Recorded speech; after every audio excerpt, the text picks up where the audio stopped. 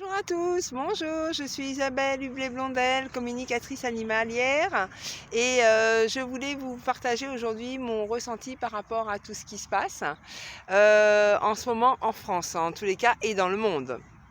Donc déjà, ce qu'il faut faire vraiment, ne pas céder à la panique. Tout à petit, avoir tout ce qu'il nous faut chez nous, mais c'est pas la peine d'engranger, et d'énormes quantités de repas et de papier toilette et de pâtes et plein d'essence dans la voiture, alors que votre voiture, ça se trouve, ne va plus bouger. Déjà, pensez aussi que pour vous, regardez ça.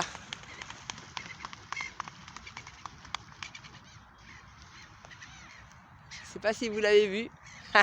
Il y a beaucoup d'oiseaux là, je suis entourée énormément d'oiseaux et beaucoup de cygnes qui arrivent là, vers moi. Donc voilà, donc premièrement, faites des courses, c'est normal, mais c'est pas la peine d'en faire de trop en tous les cas. D'avoir de l'essence dans une voiture qui ne vient pas se déplacer, c'est pas non plus la peine. Les laisser pour les urgentistes, les laisser pour ceux qui en ont vraiment besoin. Ce qui m'est venu, c'est que moi, en communication animale, je vois beaucoup les animaux qui me parlent et qui me disent où est-ce qu'ils ont mal, qu'est-ce qui se passe dans leur corps et ce que je peux faire pour les aider. Quand ce n'est pas un remède naturel ou quelque chose que je sais, je vais envoyer vers un vétérinaire, un ostéopathe, un kiné, voilà, peu importe. Et là, justement, en ce moment, comme il y a beaucoup de vétérinaires qui vont fermer leurs portes, d'ostéopathes, de kinéiquins, voilà, ils vont rester ouverts vraiment pour les urgences graves. C'est le message que j'ai reçu aujourd'hui et du coup, ce qui serait intéressant de faire, ce serait d'apprendre pour beaucoup de gens, pour tous ceux que ça intéresse, d'apprendre la communication animale. Déjà de voir ce qu'on peut faire pour nos animaux, quand il y a un problème ou quand il n'y en a pas. Avant qu'il y ait un problème qui arrive, quand vous sentez qu'il y a quelque chose. Donc moi je vais essayer de vous former, de vous apprendre un peu la communication animale, en tous les cas les bases, pour voir si vous pouvez en savoir un peu plus sur votre animal. Parce que voilà, un animal qui souffre, faut pas le laisser souffrir, sous prétexte que là on est en quarantaine. On peut faire des soins énergétiques à distance, on peut faire des soins naturels, on peut très bien prendre aussi des choses qu'on a nous dans notre pharmacie pour aider notre animal. Ça, c'est des choses à penser, parce qu'on a tellement l'habitude maintenant que ce soit notre vétérinaire qui nous donne tout, même les médicaments. Et moi, je suis en lien, d'ailleurs, je vais faire sûrement quelque chose avec elle, avec une communicatrice animalière qui est aussi ex-vétérinaire, donc et qui travaille en naturel, en homéopathie, en phytothérapie et aussi avec des médicaments classiques, hein. C'est une vétérinaire qui est en retraite. C'est une amie à moi qui s'appelle Chantal Gérier, avec qui je pense on va monter sûrement quelque chose ensemble pour pouvoir vous aider vos animaux au mieux qu'on pourra dans ces moments difficiles. Par contre, n'oubliez pas que votre animal est là aussi pour vous montrer le chemin, pour vous aider. Donc pensez aussi que voilà, votre animal peut nous parler de vous, qu'on peut aussi essayer de vous aider en communication animale. Donc il y a un regroupement de cygnes, je vous montrerai ça après, là-bas, et ils sont superbes. Il y en a bien une petite quinzaine. Donc voilà, ce que je voulais vous partager, c'est ça, parce que je sais que pour beaucoup de gens, leurs animaux, c'est comme leurs enfants, ce qui est tout à fait naturel de toute façon.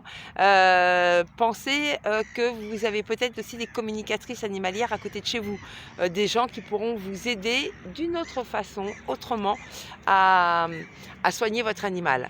Voilà, et ma petite chapati. Et donc n'hésitez pas, je vais mettre ce message sur ma chaîne YouTube, je vais le mettre sur mon Facebook. Moi je suis Isabelle Hublé-Blondel. N'hésitez pas à me joindre sur internet, sur Facebook. J'ai un site qui s'appelle Isabelle hublé.jimdo.com. Donc là, vous trouverez aussi mon mail si vous voulez m'envoyer des messages. Je répondrai bien évidemment.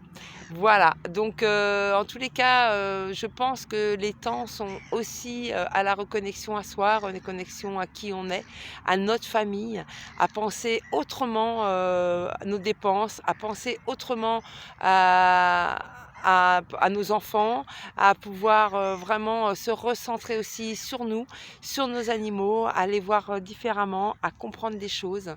Je pense que le temps aussi est venu de se reconnecter fortement à la nature, à notre terre et de pouvoir nous libérer de tout ce qui nous pèse, tout ce qu'on n'aime pas dans cette vie et de voir tous ces changements arriver, opérer, tous ces changements qui vont être merveilleux pour nous tous. Bien sûr, nous allons peut-être les vivre un peu dans la douleur, comme tout changement. Voilà, donc essayez toujours, toujours de rester dans la joie, positif, de faire des choses qui vous plaisent, même chez vous, lire un bon livre, dessiner, regarder par la fenêtre un vol d'oiseau, un beau coucher de soleil, se connecter dans votre jardin à la nature qui est là. Voilà, on a beaucoup de choses à faire quand on ne travaille pas. Faut pas croire qu'on va s'ennuyer. Faut pas croire que le désespoir est là. Non, c'est un renouveau. En plus, ça se passe juste au printemps. Donc, soyez heureux et en conscience de tout ce que vous faites. Et n'hésitez pas, surtout, surtout pour vos animaux, à trouver des remèdes alternatifs. Moi, je travaille beaucoup en fleurs de bac. Et je vous dis, voilà, j'ai des connaissances avec mon amie Chantal. On va pouvoir vous aider, savoir ce qu'a votre animal, qu'est-ce qui est possible de faire pour lui. Parce qu'on va se mettre en connexion avec lui, de son cœur à notre cœur, de notre âme à son âme. Et en méditation ou en télépathie, on peut savoir extrêmement beaucoup de choses sur les animaux parce que les animaux sont dans l'instant présent, sont très ouverts et communiquent énormément avec leur cœur et communiquent pour eux et pour le meilleur de leur maître et de leur gardien ou des personnes qui sont aux alentours. Voilà, mon message du jour, c'est ça. Et je vous ferai des conférences gratuites avec des questions-réponses pour que vous puissiez justement poser toutes vos questions si votre animal a un problème et que j'arrive à me connecter avec lui ou en tous les cas à vous dire ce que je ressens. Voilà, je vous embrasse. Je vous souhaite le meilleur et à vous, à vos animaux et à la nature qui vous entoure et à tous les êtres qui vous entourent.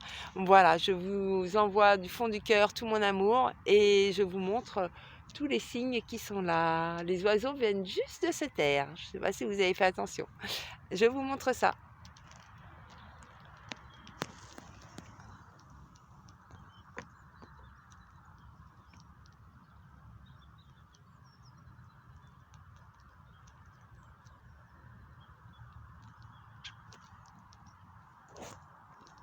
Voilà, il y en a un juste là. Il y en a 3 là-bas. Regardez ça.